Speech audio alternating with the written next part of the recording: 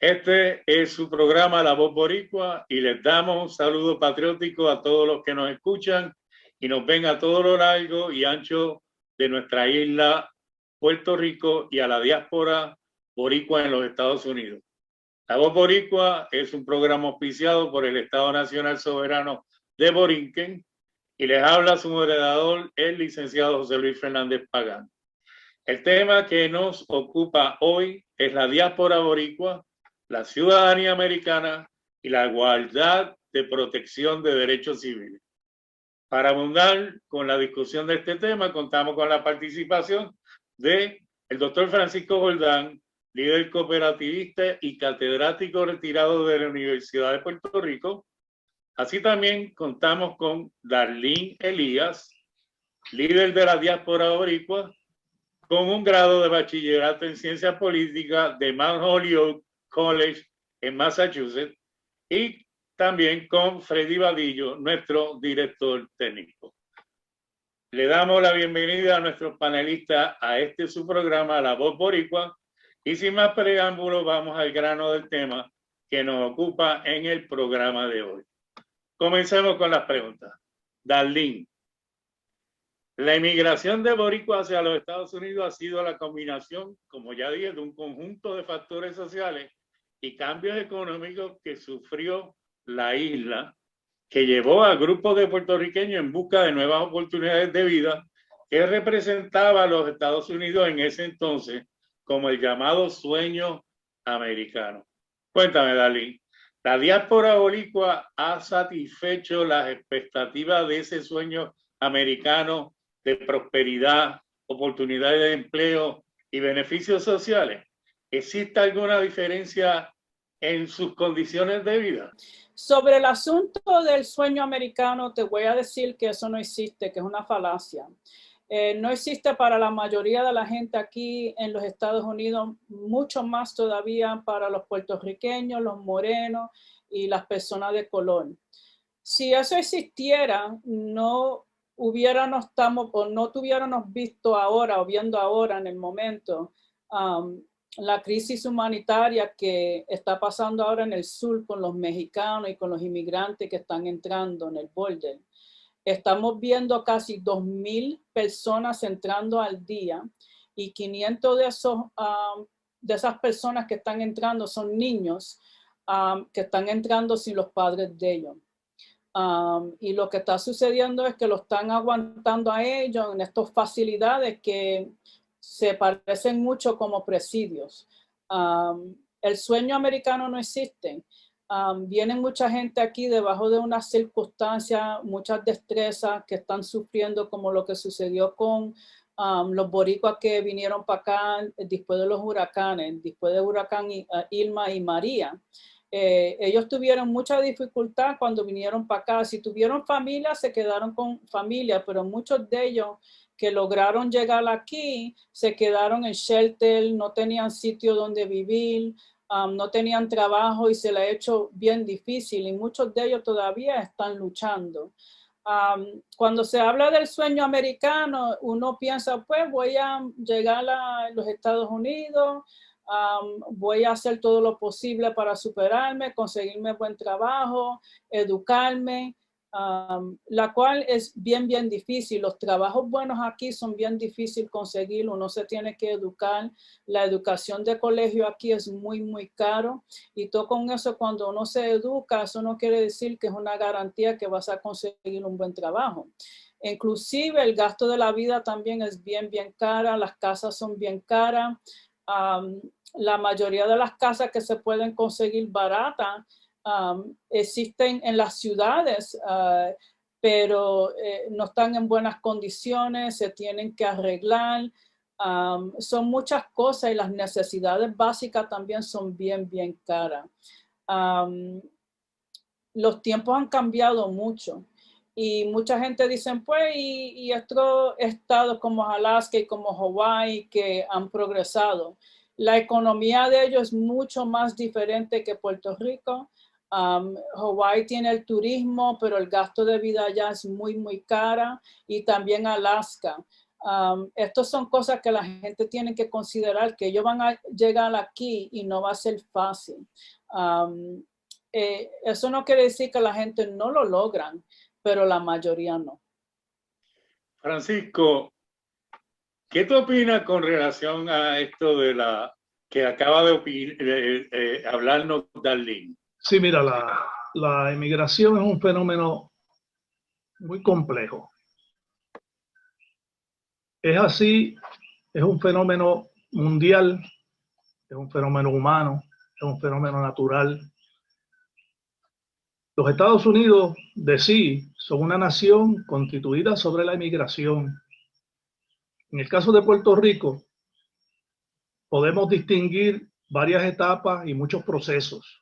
La primera etapa fue a raíz del Partido Popular haber declarado la Operación Manos a la Obra, 1947-1964, donde 600,000 boricuas se trasladaron a Estados Unidos para trabajar principalmente en tareas agrícolas. Y muchos de ellos, como decía el poeta nacional Juan Antonio Correger, con la esperanza de un largo día volver. Muchos pudieron volver, pero la mayoría no pudo volver, y se quedaron allí atrapados en la pobreza, que era lo que tenían a su alcance. Pero podemos hablar también de otros procesos. Después de en el 2000, un ejemplo, en el 2017, 97,000 personas emigraron de Puerto Rico a Estados Unidos y aproximadamente 20,000 regresaron. Esos son los que pudieron volver, ¿verdad? Los demás se quedaron atrapados. Luego de María es un fenómeno totalmente diferente. La gente estaba huyendo porque no había luz, no había agua, muchos se fueron porque no había servicios médicos, o sea, era una situación de desastre.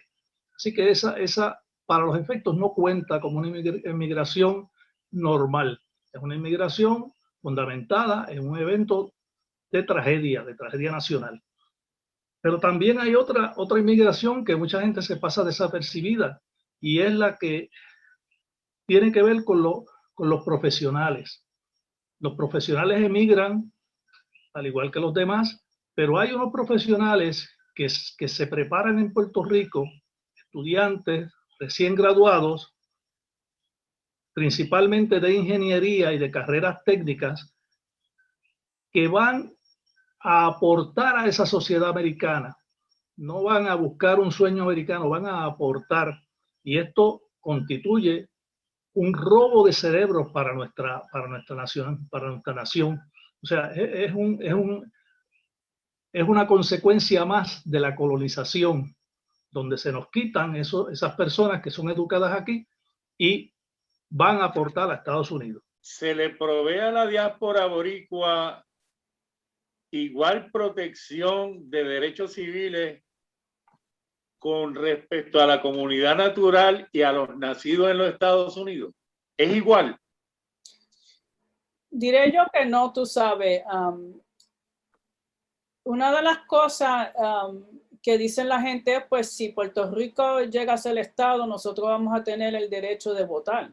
Sí, ese es el único derecho que van a tener, porque nosotros tenemos una crisis aquí en los Estados Unidos, en particular con el asunto del racismo, el racismo sistémico. Como estamos viendo mucho los movimientos que existen ahora, las protestas.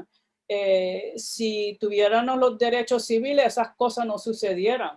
Mira lo que sucedió ayer mismo con las mujeres que mataron en Georgia, que un americano supremacista, así que se dice, vino y mató a esas mujeres porque ellas son mujeres de color. Mira todas las muertes que han sucedido en los Estados Unidos con los morenos y con los boricuas, ¿verdad? Por la brutalidad excesiva de los policías. Estas son cosas que nosotros estamos luchando mucho con aquí en los Estados Unidos, y no tiene que ver nada más con la brutalidad, tiene que ver con los trabajos, el empleo, el housing, los asuntos ambientales, los derechos de mujeres, los derechos a acceso, ¿verdad? A educación. Son tantos asuntos. So, la gente viene aquí, son ciudadanos, todo el mundo tiene que luchar. Y esto tiene que ver con la opresión sistémica que se basa que los Estados Unidos o este país fue fundado por americanos, por el blanco. Y ellos están haciendo todo lo posible para mantener la riqueza de ellos y a todos modos necesario. Y una de las cosas que sucede en Puerto Rico es que muchos de los boricuas allá, ellos no pasan por esa experiencia de racismo tanto como sucede aquí en los Estados Unidos. Y es algo que luchan mucho y afecta la salud mental también de muchos de los boricuas aquí, que ellos tienen que bregar con ese racismo y se le hace muy, muy difícil ¿cómo te digo, lidiar con ese asunto y superarlo. Francisco, ¿qué tú opinas con relación a eso? Sí, mira, hay que entender que una cosa es lo que está escrito en la ley y otra cosa es lo que efectivamente es la sociedad. Se constituye la sociedad. O sea, la sociedad es un ente vivo que no se puede traducir a palabras en una ley. Y entonces los Estados Unidos han sido toda la vida, desde que invadieron los territorios indígenas originarios de los nativos originarios de lo que son ahora los estados, ¿no? Siempre fueron una sociedad caracterizada por su racismo, por su violencia. ¿Por qué nosotros vamos a esperar que sean diferentes con los boricuas, que somos una mezcla de razas donde impera principalmente la raza europea, que es una raza mixta, la raza negra, los taínos, ¿no? O sea, ¿por qué pensamos que va a ser diferente con nosotros? ¿Verdad? Pues simplemente eso es una manera en que los anexionistas venden su idea. O sea, ese tipo de cosas no se explica. El PNP no lo explica cuando habla a su vez sobre los derechos que van a tener en la estadidad. Eso es un comentario bien interesante con relación a la cuestión de que la ciudadanía norteamericana ni la estadidad son una garantía en la protección de los derechos civiles para ningún grupo que vive en los Estados Unidos, mucho menos grupos minoritarios como son los afroamericanos, los hispanos, los latinos. Y nosotros pues, estamos incluidos dentro de ese grupo. Darlene, hablando sobre esto de la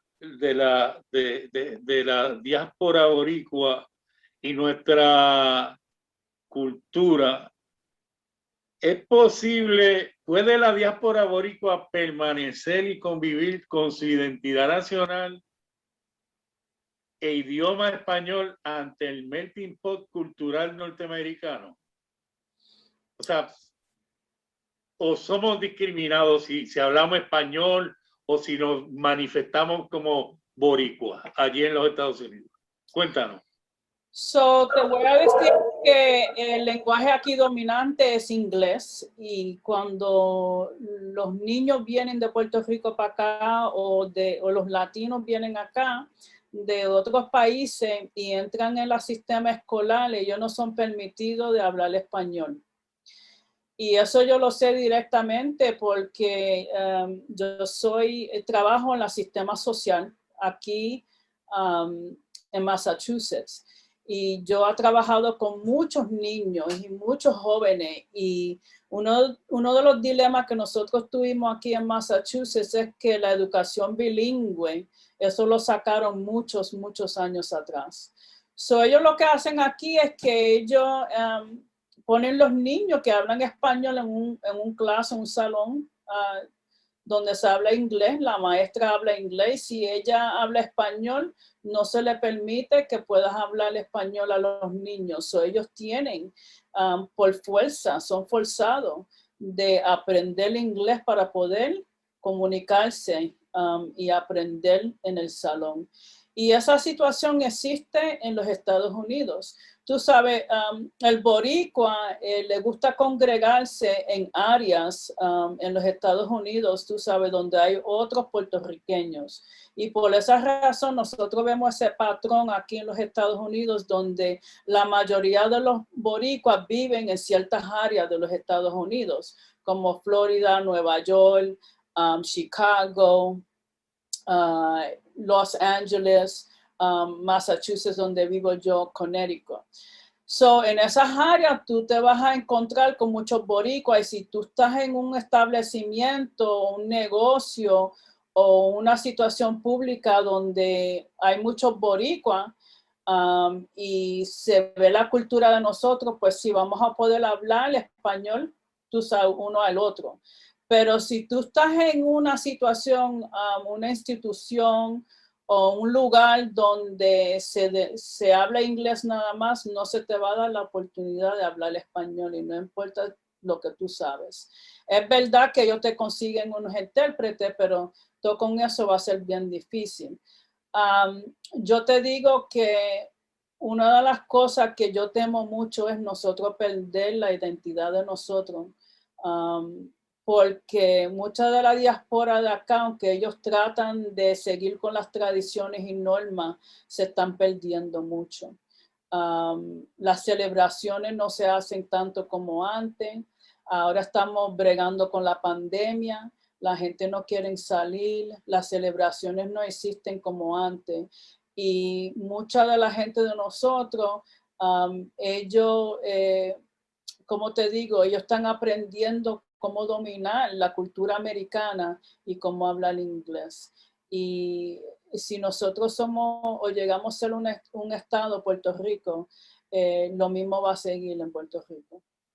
Francisco, y entonces, aquí en la ley 167, y de hecho, con relación a la estadía, se está diciendo de que se nos va a garantizar que vamos a hablar español, que no nos van a obligar a hablar inglés, se nos va a estar, o sea, que vamos a tener a comer como bacalaitos y alcapurria, y no nos van a obligar a comer steak todo el tiempo.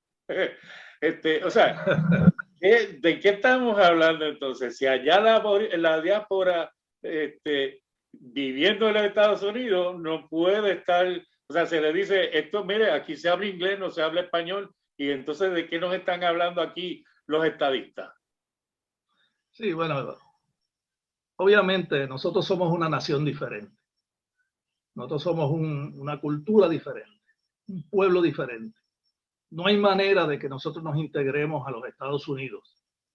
123 años, 120 y pico de años han demostrado que todo lo que han hecho los Estados Unidos por absorber, disolver, de hacer desaparecer nuestra nacionalidad, con todos los medios que han intentado, el idioma, la cultura, toda la propaganda, etcétera, no han podido.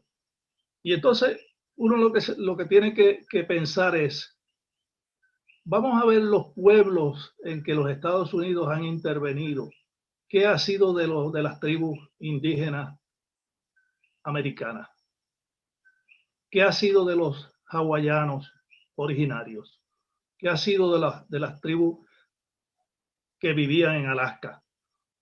Están allí, claro que están allí y tienen sus pequeños grupos culturales, pero están en las clases bajas de esos estados.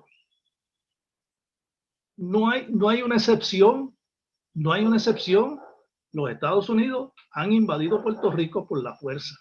Nos han quitado, han secuestrado nuestra soberanía. Así que no hay manera histórica de decir que se va a poder convivir con la identidad nacional preservada de los puertorriqueños si esto llega a ser Estado.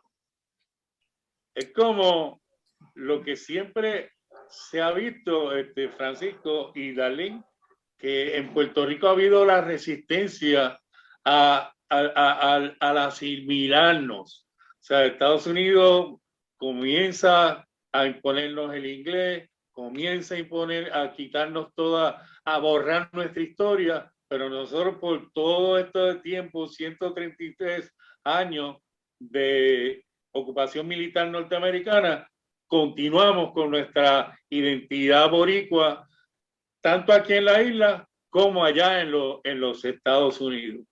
Ahora, es bien importante ver, Darlene, porque están habiendo una serie de proyectos que se están presentando a nivel del Congreso y también aquí legisladores como por ejemplo la ley 167, pero allá en Estados Unidos hay congresistas como Nidia Velázquez, Alexandria Ocasio, Marco Rubio, Darren Soto, que están presentando al Congreso proyectos para poder resolver la situación de Puerto Rico, y unos que están favoreciendo un programa para crear una asamblea de estatus y otros que están apoyando solamente la estadidad para Puerto Rico.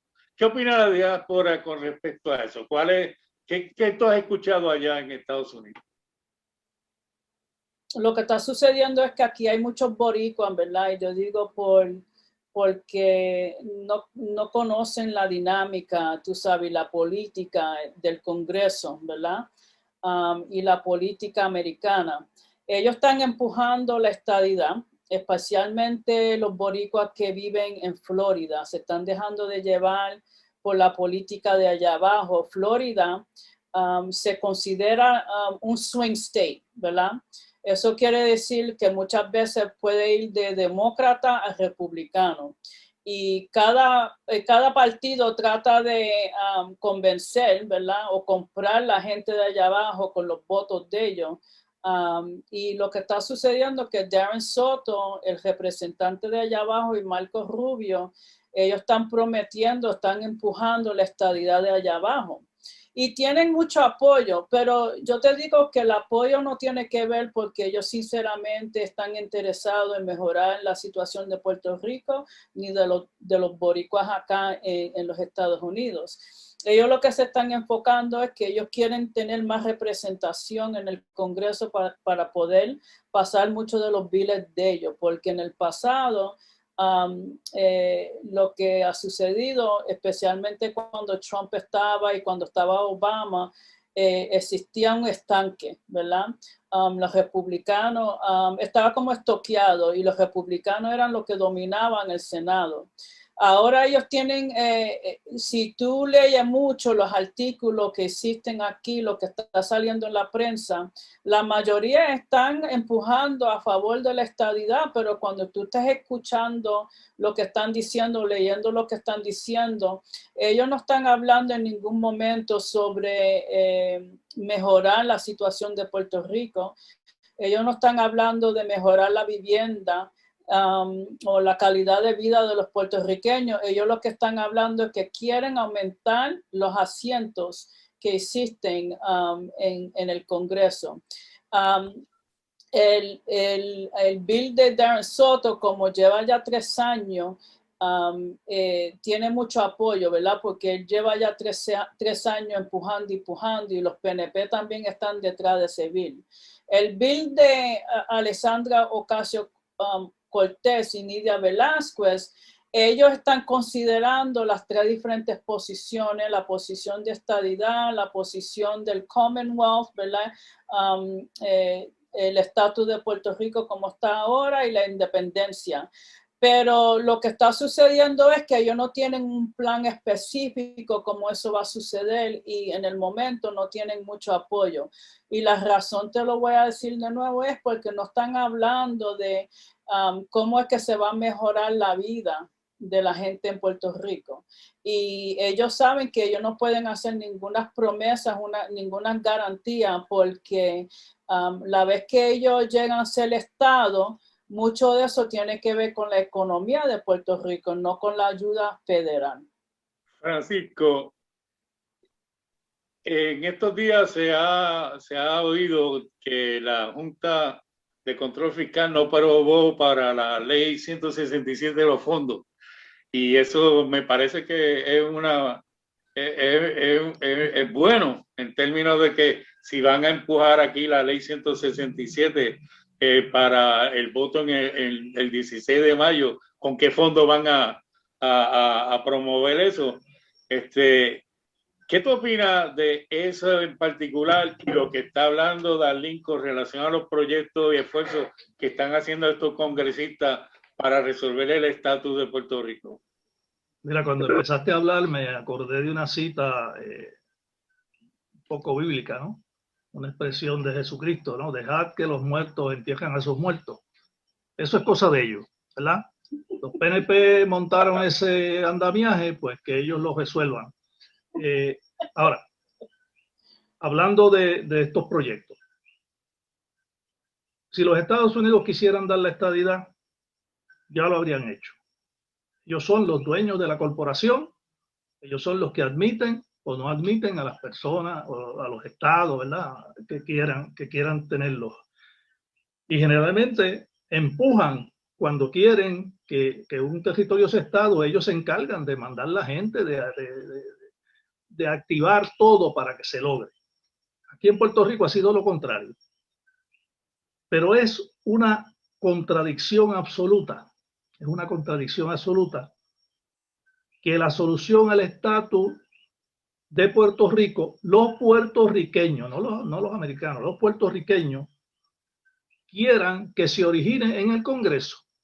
Eso no tiene sentido. O sea, el país invasor que ocupó mediante una invasión nuestro territorio, lo ha seguido ocupando, lo ha seguido explotando y ha mantenido la fuerza militar para ejercer su presión y opresión sobre el pueblo, no nos va a dar la solución al estatus. Tenemos que ser nosotros los que le exijamos al gobierno de Estados Unidos que nos devuelva la soberanía que desplazó con esa invasión.